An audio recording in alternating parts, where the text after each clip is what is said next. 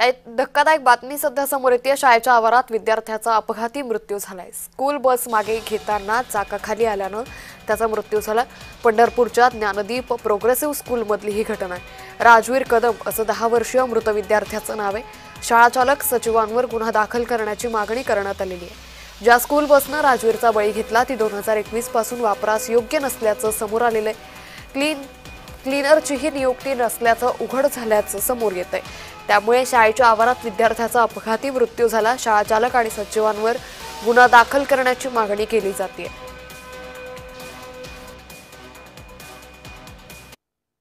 जी सदर घटना झाली त्या घटनेमध्ये जी बस वापरली गेली आहे ती बस कायदेशीर नियमाप्रमाणे जे पाठीमागे पुढं कॅमेरे पाहिजेत किंवा इन्शुरन्स क्लिअर पाहिजे अशा कोणत्याही गोष्टीचं पूर्तता ती बसची केलेली नाही। आणि ही जी वापरलेली बस आहे मुलांची वाहतूक करण्यासाठी जी बस वापरली ही बस 2021ला त्याचा फिटनेस पूर्ण एक्सपायर झालेला आहे। त्याचा इन्शुरन्स कोणताही नाही।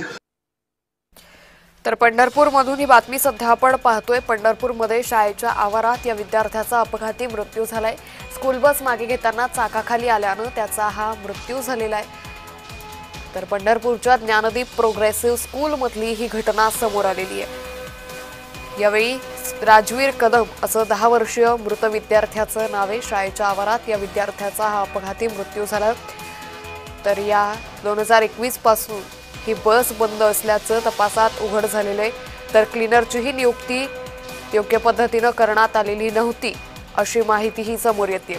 स्कूल बस मागे घेताना चाकाखाली आल्यानं या विद्यार्थ्याचा दुर्दैवी मृत्यू झालेला आहे।